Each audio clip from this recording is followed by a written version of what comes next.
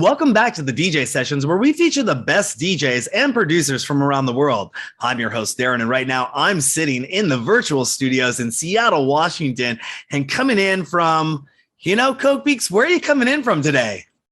Well, right now it's New York. New York. Yeah, All right. Well, yeah. hey, well, at least we're in the same continent. The virtual sessions allows us to travel or actually meet up with people from all over the world, but it's always great. New York City, one of my favorite cities, got to visit it for the first time last year. And I have to say, changed my perspective on a lot of things.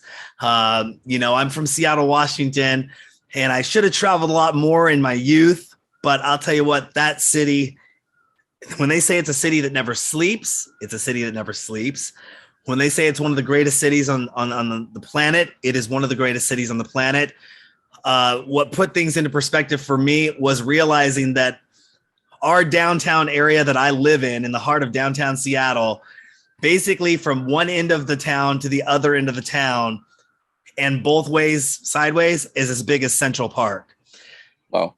That put things into perspective for me in a big way. For sure. By just saying, wow, I live in a kind of a small town. A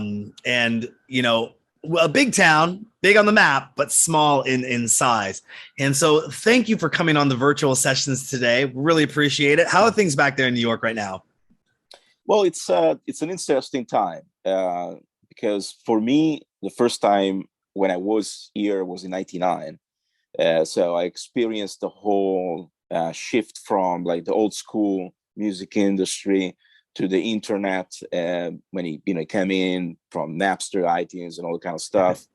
And then nowadays, obviously, we live in an interesting time. It's kind of like a challenge because we have all this amazing stuff coming out with technology and being able to make great music at less than a quarter of what it used to cost to do. And then also being able to do stuff like this to talk, collaborate or exchange ideas remotely. Well, obviously, like North America is a big continent, but we could be doing this like between, Europe, Asia, Africa. So as far as technology, yeah, we're living the golden age, I'd say, and it's just the beginning. And as far as the challenge on a social level, and I'm bringing up this topic because New York is literally a melting pot of cultures. Like it's probably the most interesting thing about New York is that you can find people from all over the world with so many different dreams or expectations in some cases. Right now is probably a time where New York is trying to find a way to figure out what to do, literally. So if you watch on the news, there is a lot of struggle, obviously, because of the whole COVID situation, but also because, people are trying to find ways of trying to, I want to say get new avenues for, both like making a living, but also a lifestyle. But at the same time, for New York, where is a place where it's probably one of the few places in the world where you really get the vibe of being able to potentially do anything or being anything, and also have any possible opportunity. That's the kind of vibe that you have more or less. It doesn't matter if it's in a downtime or an uptime. New York is always being seen as the city of the dreams. But right now, it's an interesting transition period. And to answer your question, I'd say you said New York is going through a lot. That's what I would say, because I see New York for different phases, obviously, all over the past almost like 2 decades. So I'd say that it's an interesting time for being in New York. For me, it's different because obviously I have friends and people that I work with, and those are all connections that I built over decades. But for somebody that will come here fresh and start a music career or start a career in the creative fields, it's challenging. It's definitely challenging.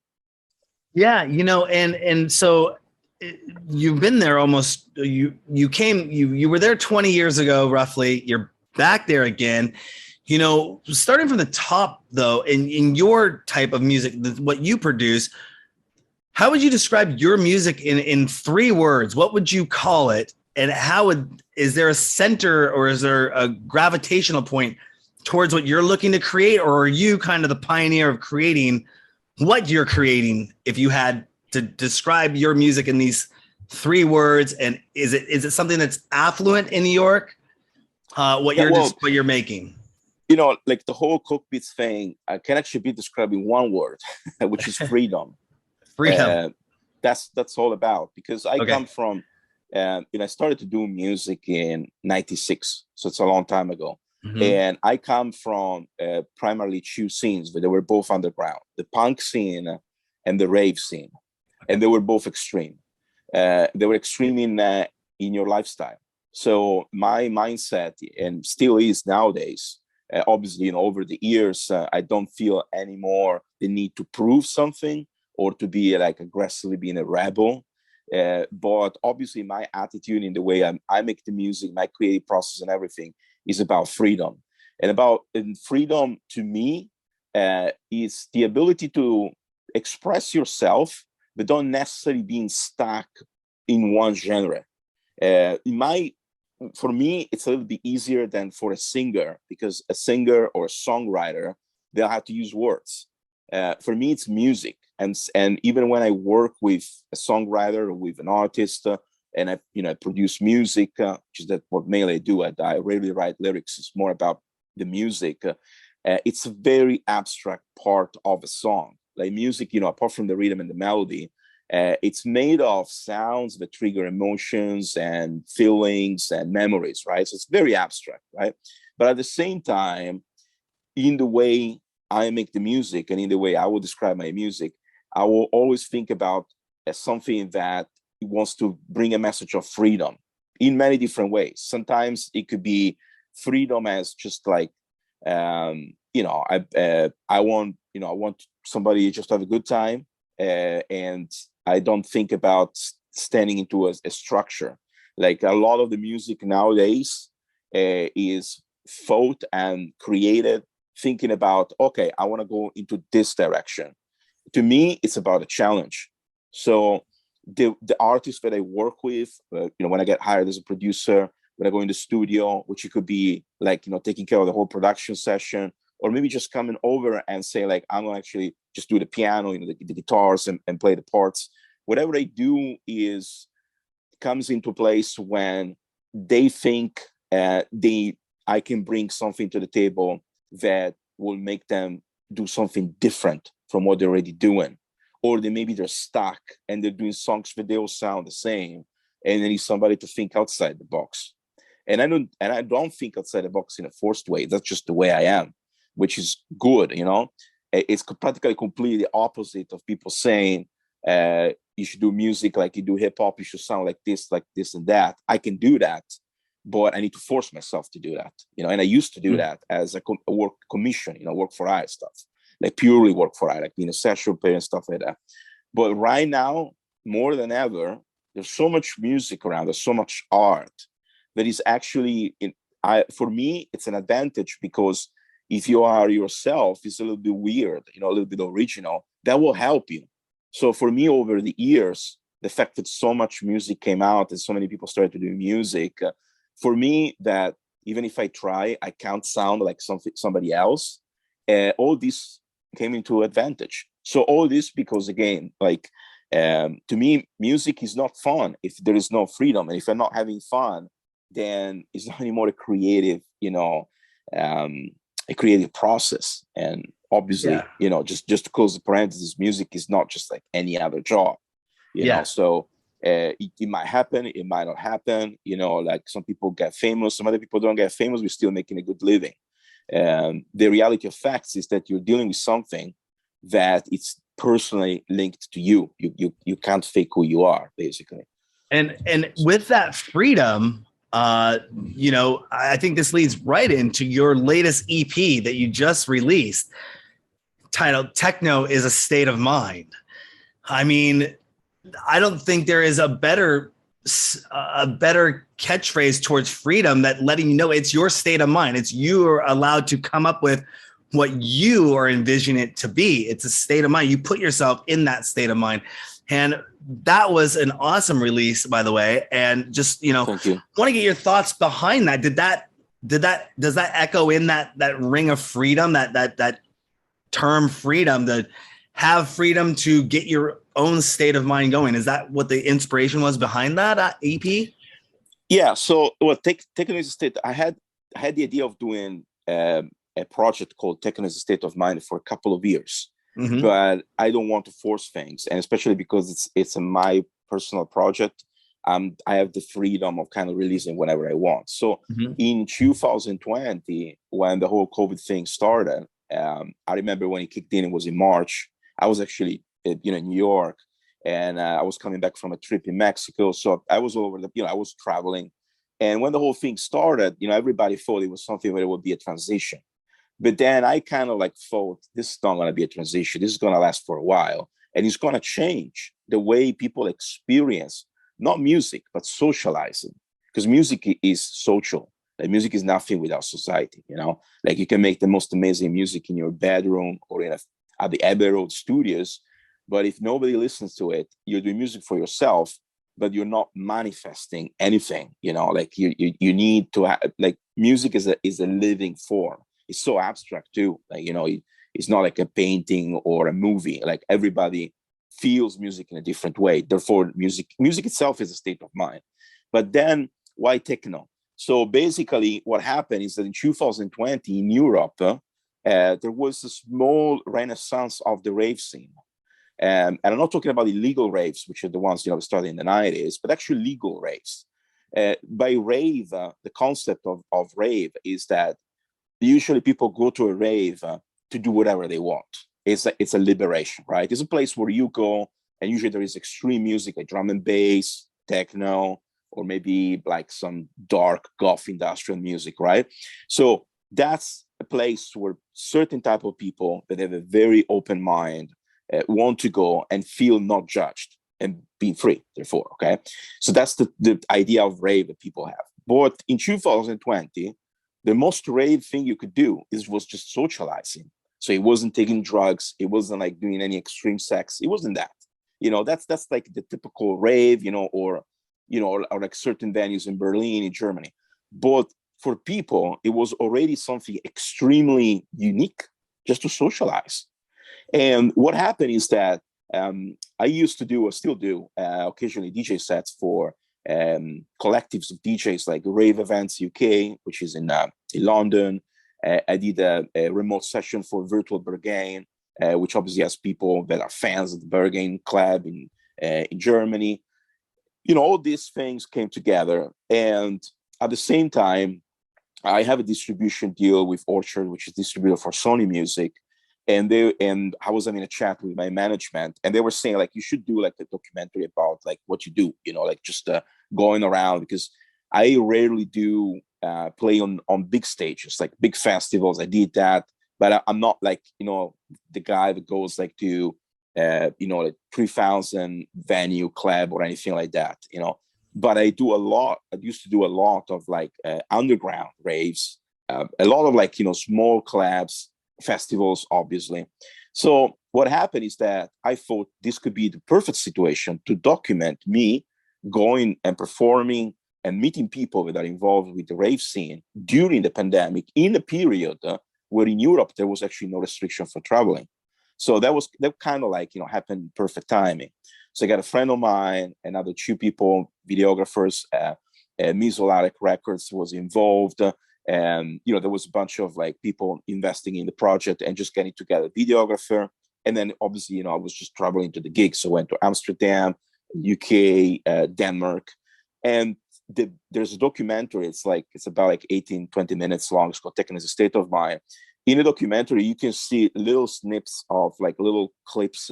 It's kind of like more a collage of memories to document what it feels from my point of view, which is the point of view in this case of a DJ, because it was DJing and making electronic music live, traveling during 2020 and doing these gigs that they were possible because they were, not in conventional venues. They were basically private events.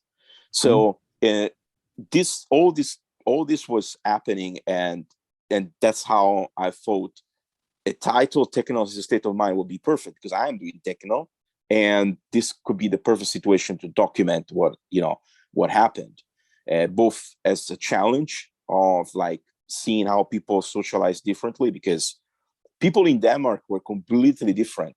That society was completely different to the people that I seen in Netherlands. When like in Netherlands, there were people doing a protest, like manifesting in the streets, about like freedom. They were against the vaccination and stuff like that.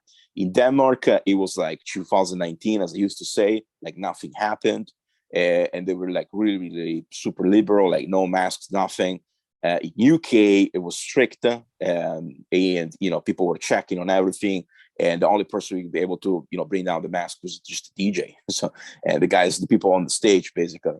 So I would be able to see how different societies were reacting to that. But the point in common was that people were getting together to have that moment where they will be able to feel free and relieved from the news keeps saying, like, the pandemic, this is going to happen, stay safe, which is all good, obviously, all positive information. But at the same time, because it makes people separate, it makes more difficult to experience music together. So all these feelings, everything that I described to you, I tried to capture, well, the videographers tried to capture in the Techno is a State of Mind documentary or short movie. And that's how it started. And the EP contains basically those tracks are done live. Those are live recordings of the tracks. And the way I do the tracks is that during that period, which is the way I perform techno music, is instead of having just records being mixed one to the other, it's all like live synthesizers and drum machines. So it's all different layers, one on top of each other. And then each track, it was recorded, like one was recorded in Aarhus, which is in Denmark, one was in Amsterdam, one was in Belfast. So it's a document. And it's pretty rare to find live techno albums nowadays, unless they are, recordings of festivals. So it all came together, and I thought, like, well, this could be pretty cool. It could be a different perspective, for people that produce music. And it's obviously just one of my main sides of producer, and it's one of the genres I've been linked to the longer in my life, which is electronic music, is techno. And not just, all the different melodic techno. Like techno nowadays is trying to get mainstream as a genre in certain cases. But it's one of those genres that I have a very long experience, a very long relationship with the genre and with the people involved with the genre, the people that keep alive that genre. Yeah, and you mentioned obviously that physical connection that music brings and how needed that is in a sense, but what we also saw happen over the last 2 years is the multitude of everyone. And when I say everyone, I've been doing a live streaming DJ show for 12 years. And I was telling people for years, live streaming is going to be where it's at. You can get in a chat room, you can talk with people, you can interact.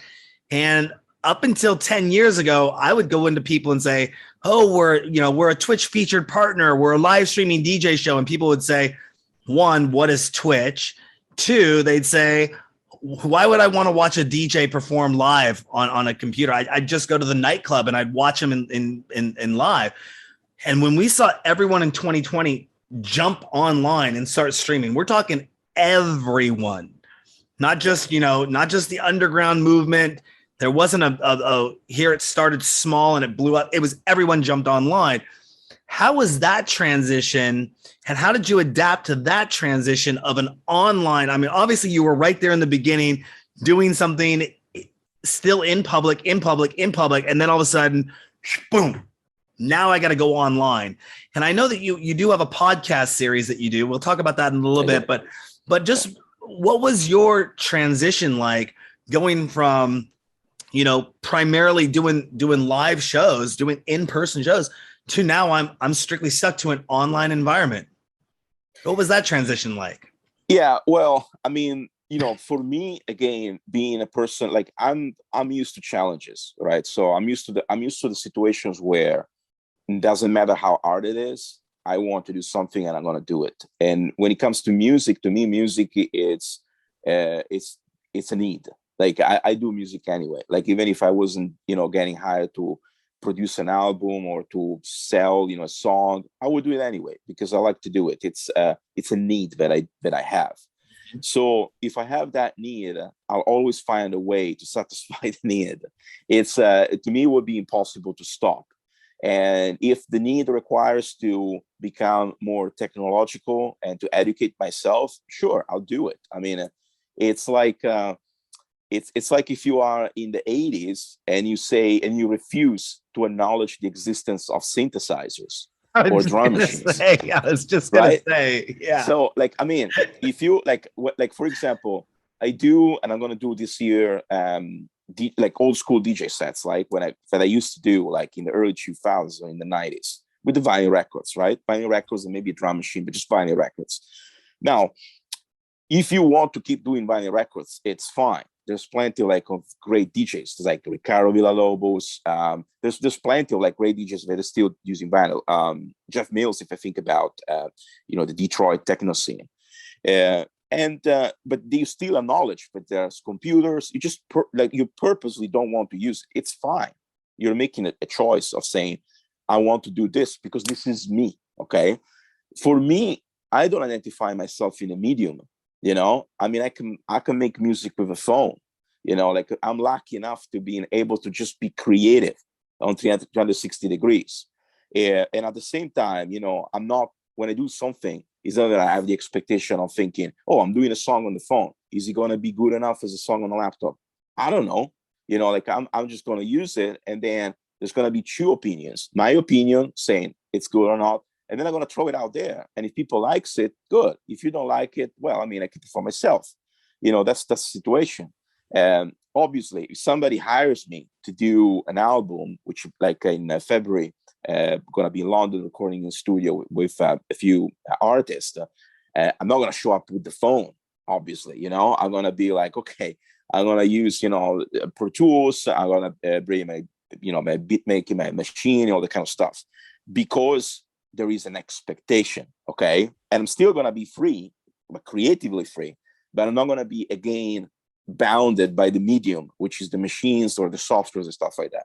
So for me, that I seen literally from like 99, where you were having an agent with a printed piece of paper, your press kit basically, and a CD, or vinyl record, depending, and going and having the guy mailing the thing to the clubs, and then the clubs asking how many times your song is on the radio, like physical radio. You know what I mean? Which were also numbers that were kind of hard to track anyway. Yeah. Then there was MySpace, and then after MySpace, there was Bebo. There was a bunch of social media networks. After that, there was like Twitter, and then Facebook arrived. And then people were like looking at likes, and then they're looking at followers. And then at a certain point, they were like, oh, wait a second, some of those are fake. Like, how are we going to know if an artist is good? How are we going to book stuff like that? Well, in the end, to me, what I seen, this is for music, obviously. It's not valid for any business on our field. The story is the technology changes, but the core doesn't change. Like still nowadays, you can have like the coolest gear in the world. You can have all the connections in the world. You can be like, I don't know, a rich trust fund kid from Malibu, just to say random, doesn't have to be from Malibu, but it could be from Dubai, all right? And you could be having like 1 million followers on Instagram and having be verified everywhere, blah, blah, blah, blah. In the end, the two most powerful thing for whatever way you want to call it, you call yourself a brand, I don't care. Whatever you do, and I'm saying this also, that I have plenty of friends working major labels or independent labels, they all say the same. The two most powerful thing you can have are have good music, which means something that tells something to people, not something that is like you hear it once and you're like, what did I hear? I don't remember. Have a good music, something that stands out. And the other thing is community, is your fans. And you can have the most a beautiful image or a team behind you, you still need the support of people. You still need that. And it doesn't matter if you have 1 million or 1,000 people. And I'm not talking about money here. I'm talking about building a career or having a consistency. And being satisfied ultimately, right? It's not about how many, but it's about, do you actually have even one person that is not your friend, is not your family, and they just like you because of the music that you're making? Because even if you have one person, like they call it the super fans, in the music industry.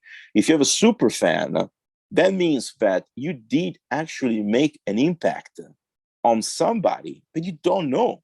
I mean, they come to you and you talk to them, right? Blah, blah, blah, but they're not family. They're not, I mean, they're family, but they're not like, your blood family. They're not like friends that they have that, it's a little bit like not really in perspective, because, a friend, like, they like you anyway. You know what I mean? Like, it's really hard to get a great feedback from a friend. And this, to put it together and to answer your question, to me, it wasn't a big challenge. To me, the most interesting, the only challenge, not the challenge, the only surprise for me is how quick this is going. Like right now, like, for example, the pandemic has literally speed up for people the capacity of accepting remote concerts and just being, I don't know, like experiencing, entertainment or art in general, like movies, go to the cinema or watch on Netflix, music, listen on Spotify or go to a festival. This is the extremes, right? An art exhibition. Do I go to the art gallery, to the museum, or I watch NFTs? There's so many different, there's so many different, like, not different, so extreme, And go ahead.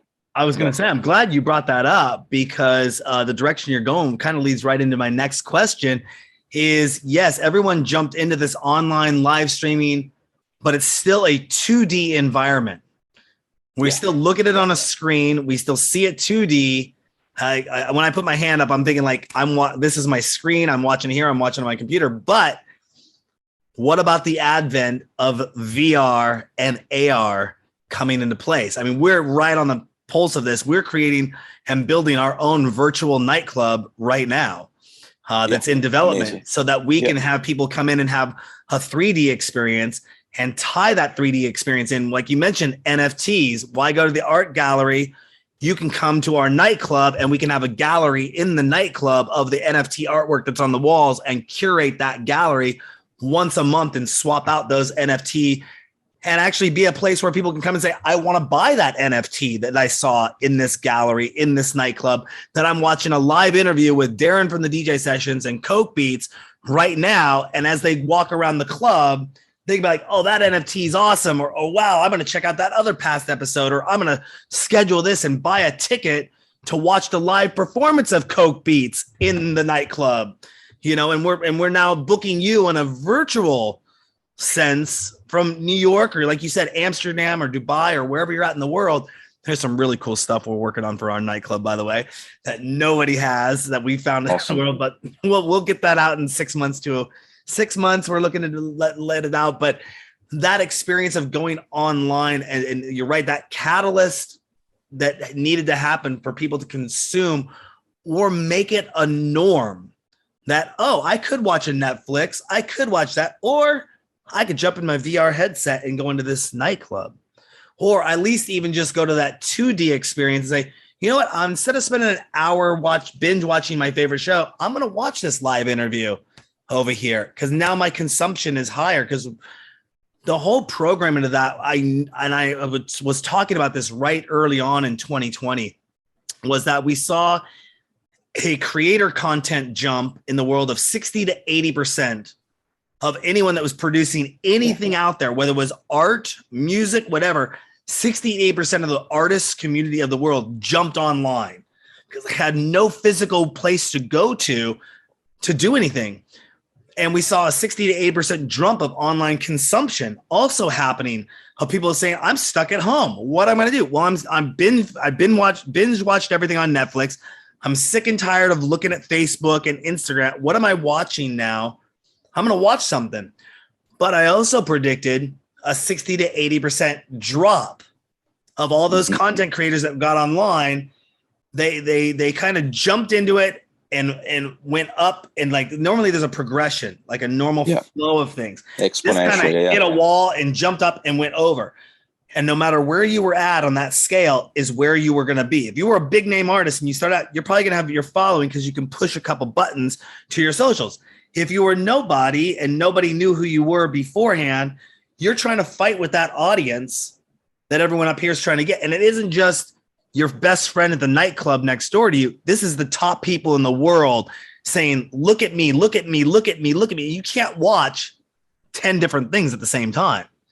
Yeah. So strategically, we took a step back in early 2020. We were in some talks with our partner with Twitch and took a step back and let everyone jump online and did the look at me, look at me, look at me. And I was sitting back going, I wonder how long this is going to last for, and what's the burnout going to be when people start realizing it takes more than just flipping a switch and going live online to build an audience or get that super follower that you mentioned.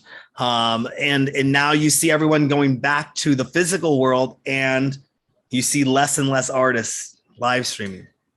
Yeah, but look, like you brought up a very interesting thing, which is obviously the metaverse and all the kind of stuff. Like I'm big into technology, and I'm big into the gamers community, all that kind of stuff. So I to me, that's a natural evolution, and also I think that the new generation, so anybody that is turning like 18 this year or turned 18 in 2021, those are the ones that will experience and will also bring a completely different approach to anything which is creativity. Because, for example, like nowadays, you can be a sculptor in the metaverse. You can create 3D sculptures that you can, obviously, they're manifested either, as like a video game asset or, video, whatever you want to call it. In the end, the only thing that doesn't change is that you're creative. Like it doesn't matter, like if you can be creative, like in the 60s with one of the early electric guitars, and then you become creative with like a synthesizers in the 80s, and then in the last 10 years, a lot of like young artists are making music just with a laptop. They don't even use a keyboard, just with the straight software. The software is the creative tool. So the natural evolution in all this is obviously to say the technology is here. Why not use it? Why not be creative with the technology? And the new generations, they don't care about thinking, oh, it used to be like this and like that. One, because they didn't experience it, and two, because technology, even on a virtual level, okay, we're not talking physically, it's virtual, but virtually, it gives you a lot more the feeling of being limitless, of having freedom. I was saying, it's true, I can take a computer, and if I have a good computer and I have the right software, I can either say, I can make an album, or I can make a video game, or I can write a book, or I can make a movie. Yeah, sure. Like the only thing which will stop you is that if you want to have a better software, if you want to buy a good camera and all that kind of stuff. But you can technically make a video game that millions of people will sell, starting from your laptop. Then you might get like other 3 or 4 friends that are developers or coders. But in the end, you still need to have a good plot, great characters. You need to be able to make visuals, sounds. You need to be creative in the end. The tools are more sophisticated than just drawing a comic or going to a studio and playing the guitar, and then you have the guy with the chords and all that kind of stuff. But at the same time, you have more control of your creativity. So you can literally say, this year I'm going to stay 8 months in a studio, in my room, wherever you are. But I have a very clear idea that I want to have at the end either this sound, or I want to have this visuals, or this book, whatever you want to do. And you can actually say that the only person you have to blame is yourself if it doesn't happen. So yeah, no, definitely. I mean, I think, just to close the parenthesis, but about the metaverse, is that it's just a matter of time, and we will see Web 2.0 to move to Web 3.0, where most of the stuff is going to be 3D. And yes, like there is one point. This is the point that I want to make a point on this, is that if I think about 20 years ago, right? 20 years ago, I used to give it for granted that I can jump on a plane and do maybe 10 minutes security, go on the plane, get out of the plane, go out, meet random people, but they will take me to parties and and have a great time, basically based on randomness, right? Nowadays you can't, because nowadays you like now obviously at the pandemics you have to do the checks. Transport travel is a lot harder. The people around you, they don't want to talk to you. Even they might think about it, but they don't want to because they're afraid. When you go into a town, there's a few parties. You only if you know certain people to go, and they most of the times don't want to do random socializing. When you're out, you know that somebody's gonna take a photo of the situation. So you might end up in the social media. If you are on the social media, you might even be tagged. Prince, as a pioneer, he was already saying that he preferred to not take pictures of his life. I mean, obviously there were plenty of people taking pictures of what he was doing, and I'm sure like he was into Polaroids or also other cameras, but he was more about remembering the moment and embracing the moment as a memory, experiencing the events, trying to be as present as possible. We live in a society which is the complete opposite right now. So we live in a simulation, basically, because we literally trust devices to to connect us as humans, and also to give us information, news, entertainment. But in the end, it could be, and it is most of the times, manufactured. So it's not actually live. So to finish what I was saying before about traveling, like 20 years ago, there were so many concerts, there were so many live events, like there's so much stuff happening, which it was social. We're heading into a version of reality where attending a live event is going to be something rare. So therefore, like if you were out and about, like in US, in Europe, and Japan during the summer, there were like hundreds of festivals. There were people saying, "Hey, do you want to come, to my barbecue? Like, in the backyard, whatever." There was so much socializing, right? But right now, it feels that it's a luxury to be able to socialize in person. Mm-hmm. But the remote socializing, so the virtual events, are becoming more and more accepted as the ordinary way of socializing. Mm-hmm. So, and therefore, like a place like New York, which is based on live networking, is suffering this. Because, I mean, it is beautiful that you can literally be anywhere in the world. You could be in a remote area in Russia or in Bangladesh, and you could be making music with somebody in Brazil. Like, you could be literally doing that, and you could make a hit because maybe there is like 10,000 people in UK that will listen to that song. So you see, like it's so global, right? Yep. It is true. It is true that you can do that, and it's amazing. But still, you had never met that person in Brazil, and the people in UK, they've never seen you with their eyes as a person. It's like that, funny paradox of TV celebrities, like in the 90s, when they were going and doing, stand-up comedies. People were saying things like, "Oh, I thought you were taller," or "I thought like your voice sounds different," like, which is true. People voice sounds different from microphones to phones, stuff like that. So if you were like an actor that started as a stand-up comedy, I remember one of the most beautiful performances I've ever seen was seeing Ed Sheeran when Ed Sheeran was not famous. I seen Ed Sheeran in a small pub in Dublin with about like 100 people, 100 like fans of Ed Sheeran. I have no clue how he was, but he was really good. I thought like, this guy is amazing. I thought actually it was too good to become like a pop celebrity. It would probably just become a really good singer-songwriter. And he was on a tour at the time. This is ages ago, like it's probably like 2009 or something like that. This is before, Photograph and all the hits that he had. And he was saying like, "I'm touring around Europe, just crashing on people's couches and houses, and I'm playing in small clubs, just acoustic guitar and voice. There's nothing else." And he just wanted to do that just to see, what was going to happen. And then obviously, it got into a path and, became popular. But that specific memory, which there's only one photo, which I didn't even took that. I mean, the photo, but I didn't took that photo because I was so into the moment of saying, like, I want to enjoy listening to this guy because he's putting people into a trance, right? Nowadays, it's not like that.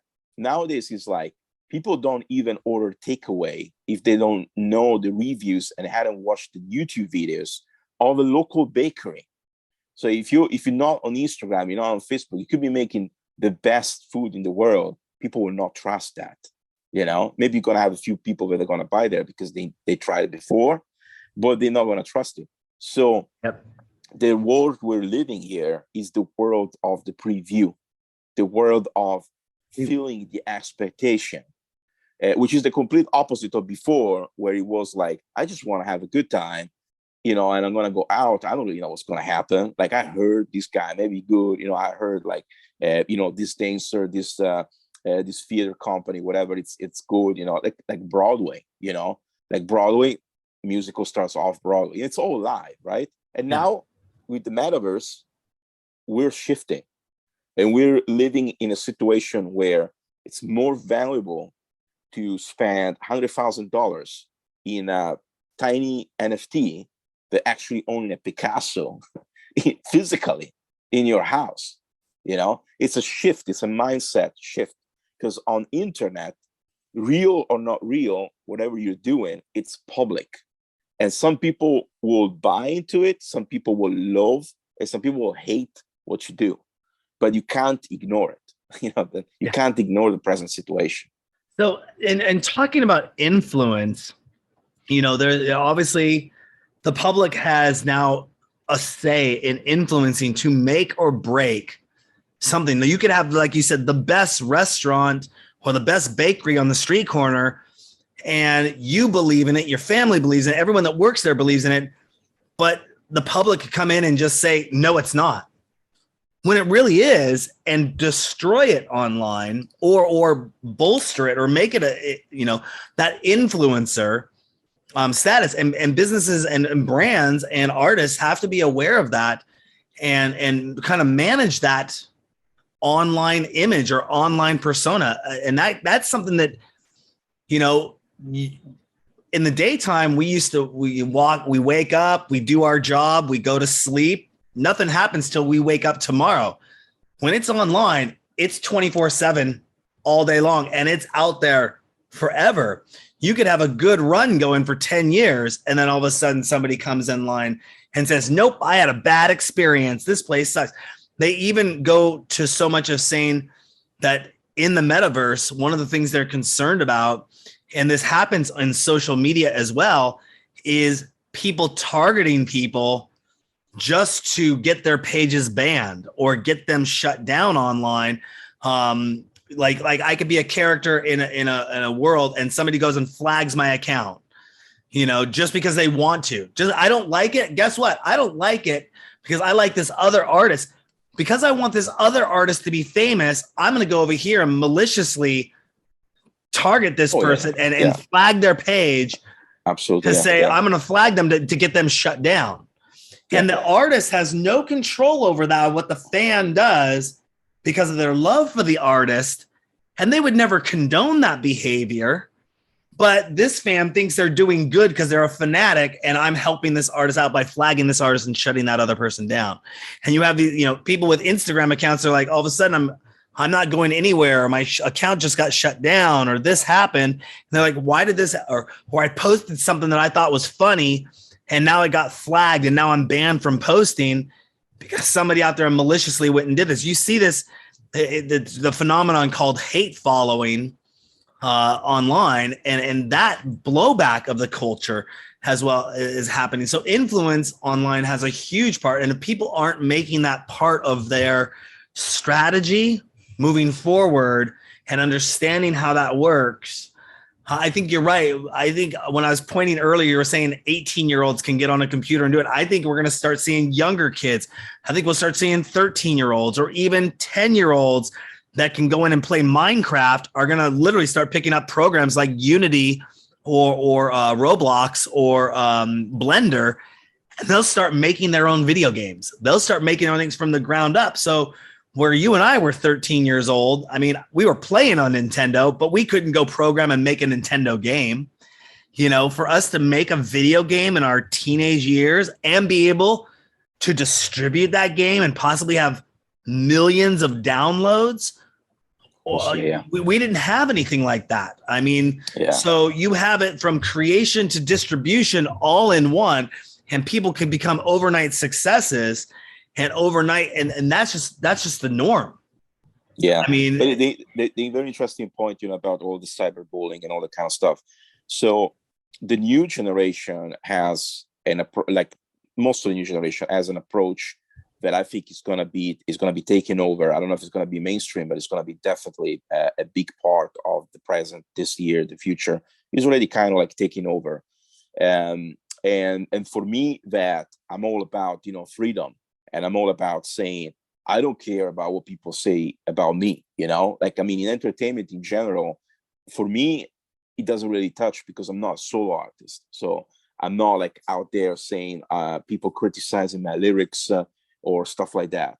But there are always like, haters, and there are always people that are going to point to you the moment you have a little bit of, success. They're going to say this, say that. Now, let them talk. It's freedom, freedom of speech. I don't care about that. My point is that it's not anymore freedom if you are relying on platforms that they will control you, or they will control what you're saying, not by stopping you from saying what you think, but by not allowing you to express yourself, like flagging your account and stuff like that. Now, we are seeing the end of the social media as we know it. I personally think that few of the platforms that will make it through are probably TikTok, apps like Triller, like those type of apps.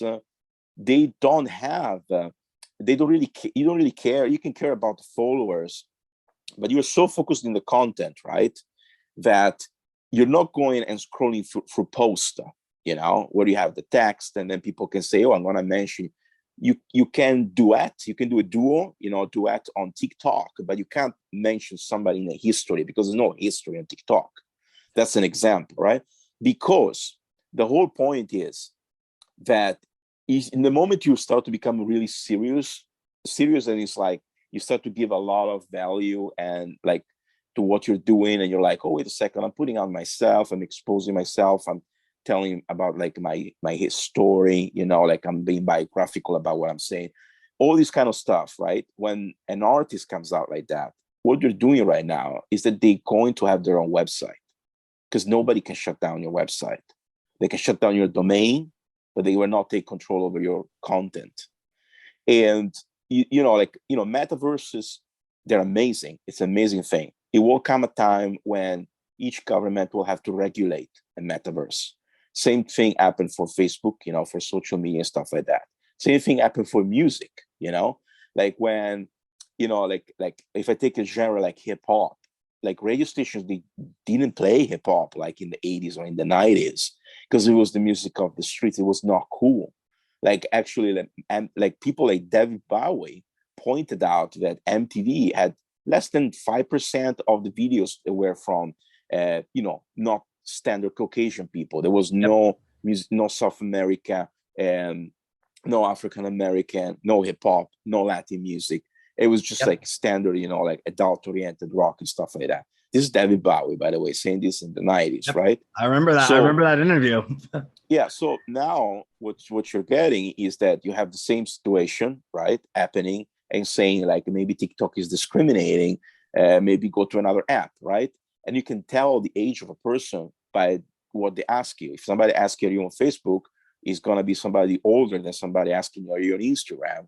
Or is somebody asking you, what's your TikTok? Like all these different, you can tell people's age pretty much by the app, right?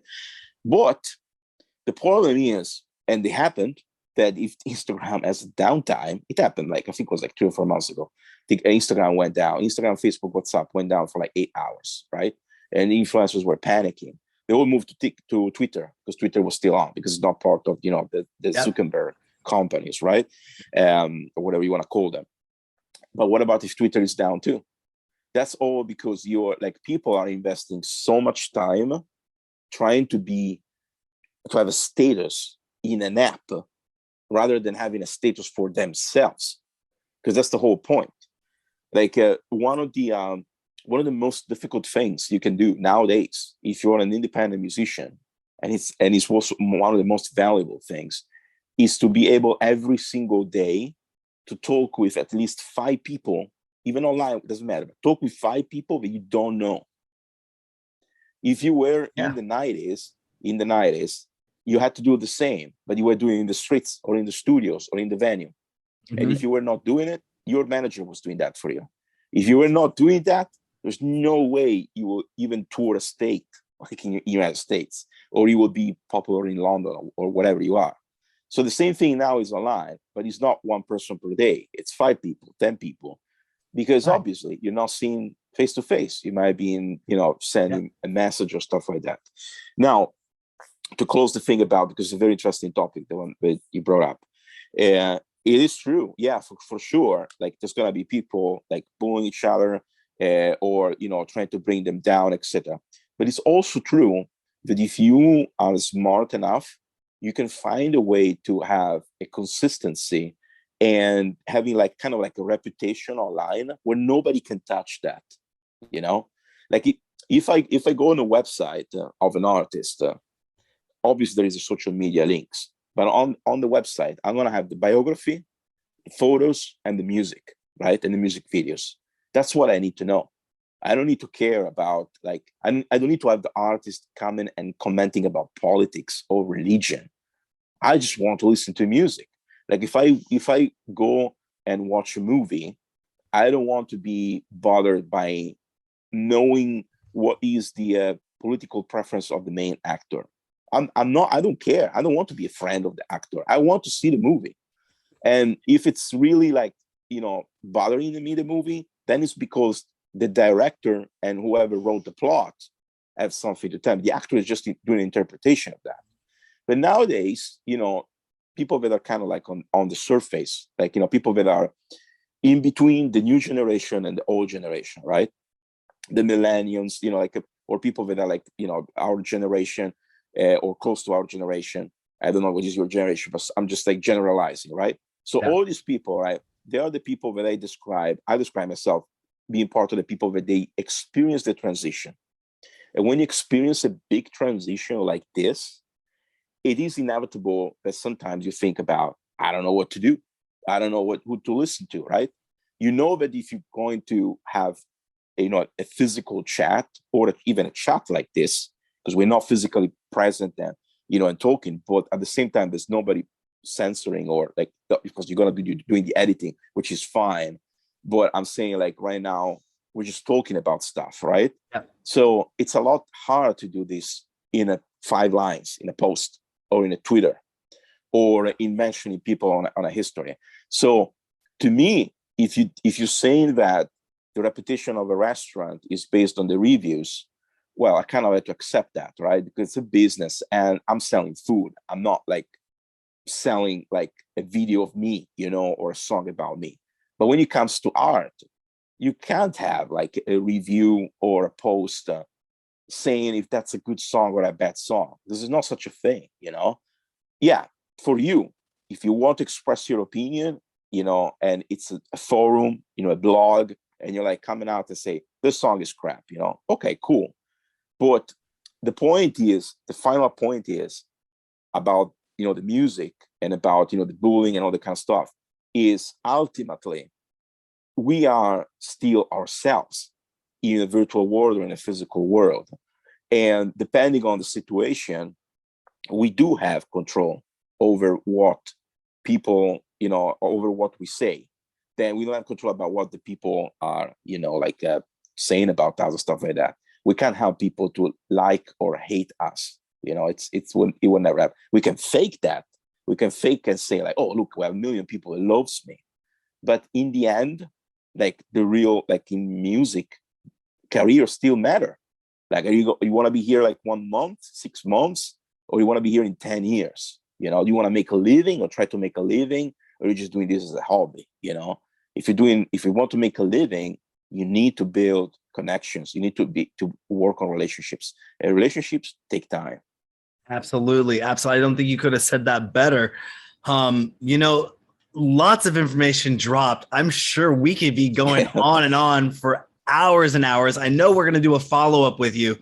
It's one of the things we want to do is build those relationships with everyone that comes on the show, because there's always something happening and something going on. And you know, we'll touch base with you again in a few months here.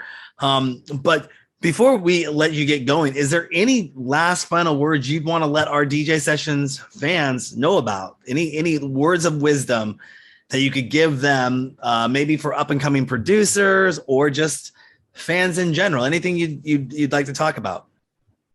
Yeah, briefly, I would say don't let anybody tell you what to do. If you want to do something, just do it. And remember that no matter what you do, in the big or a small scale, if you're a producer or if you're a DJ, you need to let yourself go and listen to people, listen to what the people say, and not take it personally, obviously. But it's about just listen, because whatever the people say is their reaction to what you're doing musically. So these are my true advices. There's no bigger thing right now than literally work on the so-called human aspect of music. Everything else you can learn on YouTube, you can learn on tutorials, you can learn the technical aspect is sorted. What anybody involved in music needs to work on is have like their clear idea of saying like, am I doing actually my best to make sure that my music is out there? Am I thinking too much and stopping myself from being myself and putting out music? Those are my suggestions. Yeah. And I really like the piece of advice. I think I'm going to start echoing this one, if you don't mind taking a page out of your book, that Sure. Connecting with the people. And in this day and age, like you said, in before the internet, you know, you'd have to go out to the shows. You were networking. You were shaking the hands of the promoters. You were finding out who had the studios. You were finding out how to make those contacts. And if you traveled to another state, you were on a networking mission to shake hands and try to make those connections. And nowadays, with it being so easy, going online, and it isn't about connecting with necessarily the people you know, it's about connecting with 5 people a day that you don't know. I think that's a great networking suggestion right there. And just find out what those people are saying. And like you just followed up with, listen to them. You know, see what's going on out there, and maybe you might hear something that you people agree with. But if you were doing that and you went online, say 3 times a week, that's 15 people you're getting input from a month, or 60 people a month you're getting input from and dialect from. And then those people, if they're in other cities, can maybe turn into that dialect, can become a fan, can then network with you and help you and put you in touch with other. I was doing an interview with a DJ a couple weeks ago, and he liked the interview so much, he said, "Hey, you got to get my friend on your show. This was awesome." And I went, "Thank you very much." I didn't know who they were suggesting, but I went back to my team and I said, "Oh, by the way, we got suggested to do an interview with this artist." Immediately, one of my guys came back on Discord and said, "No way. You got an interview?" I go, "I got direct line from email from him right now, invite to do an interview." He goes, "No way. And a guest mix?" I'm like, "Yeah." And then I started researching it based on that. And now we got an interview scheduled with the person, just by building relationships, you know, and being genuine about it and listening to people. So thank you for that advice. And thank you for coming on the DJ Sessions. We really appreciate you having you on the show. Looking forward to hearing more of what you got coming out over the course of the year. We'll follow back up with you. I know that I did want to touch base with, you do have a merchandise section as well. I do. Yeah. Before we let you get going, what's a little bit about that merchandise, and then we'll have you tell people where they can go find it all about. What's your merch section? Seems pretty out there, pretty awesome. So tell us a little bit about that before we let you get going. Well, you know, it comes back like in a few words to the concept of like saying, if you want to do something, just do it. So the merchandise, to me, it was an experiment, obviously. When I come up, you know, with the whole cockpits, which by the way, start like the name itself, everything started as a joke. And then, you know, people started to like it for so many different reasons. I just like throw the ball out there, basically. The merchandise stuff, it was an experiment, and it was people that they just liked the graphics that I have on the records, which I make them, like I just like, I'm kind of like a bit of 360 degree. And I'm not saying like, oh, I need to hire somebody to do the cover artwork or this and that. Saying, no, I mean, like, I'm going to put it out. I think it's good enough. It portrays enough what I want to, envision as my final, artwork or whatever. And then I just put it out, and create like everything can be accessed by one unique domain, which is cokebeats.com. So that's and it's Coke as in Coca-Cola or whatever, like, so many Coca in this case, because people always, ask me, like, is that Coke as in cocaine? And I said, no, actually started the expression Coke beats as dope beat. So it's like saying, oh, it's a dope beat or it's a Coke beat. And then like, I investigated a little bit. I said, like, can I use, the word Coke beats, or is it just already used by Coca-Cola? I found out actually that I could. So I put it out the name. And then, like, merchandise came out. I released NFTs a few months ago. For a project for a remix with a British UK based singer songwriter. I did a remix, and then I basically I did with that because it was fitting within the project. I felt like it would be great to have like I don't know, if like I think I make 150 different manga style artworks, and I put out as an NFT. Why I did it? Because like I thought like, this is really cool what is happening, and I think I can do it, so I just did it. And same thing, I mean, again, I don't belong to I'm not part of the singer-songwriters world. I'm not a singer, so I'm not like a lead artist. I'm a producer, and I'm an instrumentalist. I play instruments, and I think that even so, it shouldn't stop you to be out there, because a lot of producers, they don't even show their face, like on the, like, you don't even know who they are. Like, it's just a name, right? And it's fine if you want to do it, if you're shy, etc. But if you feel comfortable and you want to talk to people, it will only help you. It will only, help you spread the word about what you're doing. So that's why the merchandise came out. It was an experiment. I did sold items that people, you never know what's going to happen, like T-shirts and stuff like that. They like the graphics. But it started as just an experiment of saying, like, you just go online, you open a Shopify account. Worst of the cases, I'm going to close it. Like, what is going to happen? Yeah, that's how it started. I'm definitely a fan. As I'm on one of the pages here. I like the I shit hits. Oh yeah. It's like I shit hits. Basically it's a phrase that was written on the walls of a few spots in Park Slope in Brooklyn when I used to live there in 2007. And there was a rapper that it was saying, like, he was going around as a friend of mine, and he was saying, like, oh, I shit hits, and nobody ever used that phrase, right? So so I borrowed that phrase, I took it out, from that contest, which is one of those graffiti things, like, anonymously put it on walls completely randomly, right? And I said, yeah, that's that's kind of like a brand, that I'm gonna put it out there, and that's why it came out, and obviously it's bold. It's a little bit like, people might not like it, but I don't care. It's the way I am. It goes right along with what you do over there. And I want to thank you so much for coming on the DJ sessions. And we're definitely going to follow up with you in the next few months here. Check out what's coming out. Definitely you're stateside, so we might see you. How you got any West Coast tour plans coming on? Well, I'm going back to Europe, and then in February I'll be in London. I'm gonna stay in Europe for a while. Okay. I don't know when I'm gonna come. I don't know when I'm gonna come back to US. It was like, in 2020, the same thing. Like I left in March, and then I came back like in December. So I'll be out and about because I'm still like, based in Europe. So I'm, born in Italy, and then like I've a base. I go back and forth. But and it's not like, years and years ago when I was in US for longer periods, or I remember when I first moved permanently in US was like in 2000. I was in the year 2000. That's when I was at Berkeley. I was scholarship at Berkeley College of Music, and then in that case, I was like 3 years in a row, United States, and never left United States. Yeah. But it depends. If not, like I travel often. But now, obviously, I travel less. But the majority of work that I do, I have a vinyl coming out on the 11th of February. It's all with labels that are in Europe, so I have to stay in Europe for the time being.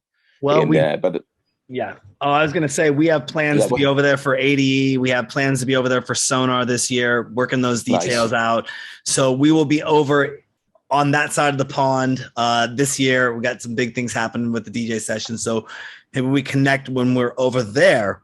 Thank you again so much for coming on the show. Thank you. And the website is Coke Beats, but it's COKE-beats.com. Not necessarily. It's I registered. I have all the different. Oh, you got them all. All right, there we go. Yeah. All right. So I'm the first one that recorded Coke Beats, by the way. CokeBeats.com. Awesome. Thank you so much for coming on the DJ sessions. We really appreciate having you on the show. Thank you, Darren. You're welcome. And on that note, don't forget you can go to our website, thedjsessions.com. Find us on Facebook, find us on Instagram, Twitter, all of it out there. Hashtag us the DJ Sessions or TDJS if you're so bold. This is Darren and Coke Beats coming to you on the virtual sessions from the DJ Sessions. And you know what happens on the DJ Sessions? The music never stops.